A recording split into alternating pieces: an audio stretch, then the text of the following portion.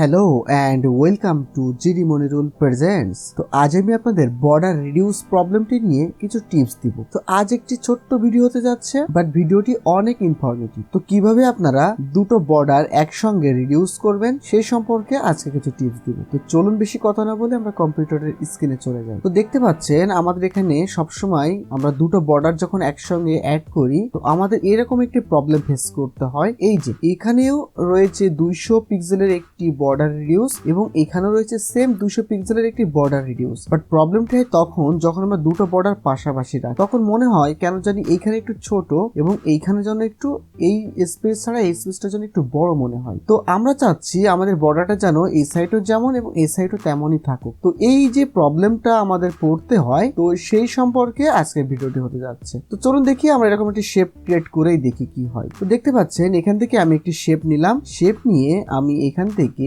একটুখানি বর্ডারটা রাউন্ড করে দিচ্ছি এবং এইটা কন্ট্রোল প্যানেল থেকে শেপে ক্লিক করে আমি এই পাশে যে বর্ডার রিডিউসটা আমি 200 পিক্সেল করে দিলাম। বাস এটা হচ্ছে 200 পিক্সেলের একটি বর্ডার রিডিউস। এখন আমরা যখনই এটা কন্ট্রোল অল্টার প্রেস করে এটাকে একটু ছোট করে দিলাম, বাট তখনই এটা একটু কালারটা চেঞ্জ করে দিই।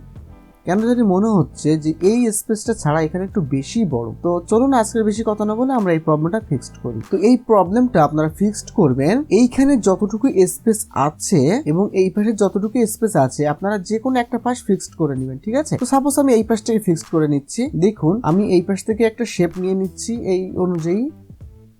এই যে দেখুন এই শেপটার হাইট রয়েছে 23.73 পিক্সেল। ওকে, আমি এখান থেকে ট্রান্সফর্মে ক্লিক করে দেখিয়ে দিচ্ছি। দেখুন এটা হাইট রয়েছে 23.73 পিক্সেল। ওকে, তো এইটা আমি 23ও নিতে পারি বা 24ও নিতে পারি, কোনো বিষয় না। তো এখন এই যে 23 পিক্সেলের একটা শেপ আমরা এখান থেকে পেলাম, তো এইখান থেকে এই যে 200 পিক্সেলের বর্ডার রিডিউসটা এইটা আমরা 23 পিক্সেল কমিয়ে দিব। ওকে, তো আমি কন্ট্রোল প্যানেল থেকে শেপে ক্লিক করলাম। শেপে ক্লিক করে এই যে 200 পিক্সেলের এখান থেকে আমি 23 পিক্সেল কমিয়ে দিব। ওকে, তো এই যে 200 পিক্সেলের থেকে 23 পিক্সেল বাদ দিলে কত থাকছে? 177 পিক্সেল। ওকে, এখান থেকে আমি যদি এখানে ক্লিক করি তো দেখুন এখন আমাদের এই পাশে যতটুকু এরিয়া নিচ্ছে দেখুন এখানেও কিন্তু সেম এরিয়াটাই নিচ্ছে। ওকে, এইভাবে আপনারা চাইলে এটা করতে পারেন। তো একটা জিনিস খেয়াল রাখবেন, এই যে উপরে যে শেপটা নিয়েছেন আর নিচের এই শেপটা যদি একটু কম নেন তাহলে আপনাদের এই প্রবলেমটা ফিক্সড হয়ে যাবে। তো আপনারা এখান থেকে এরকম থেকে আপনারা এরকম একটি রেজাল্ট পেয়ে যাবেন, ঠিক আছে? তো আজকের ভিডিওটি এতটুকুই। তো ভিডিওটি যদি ভালো লাগে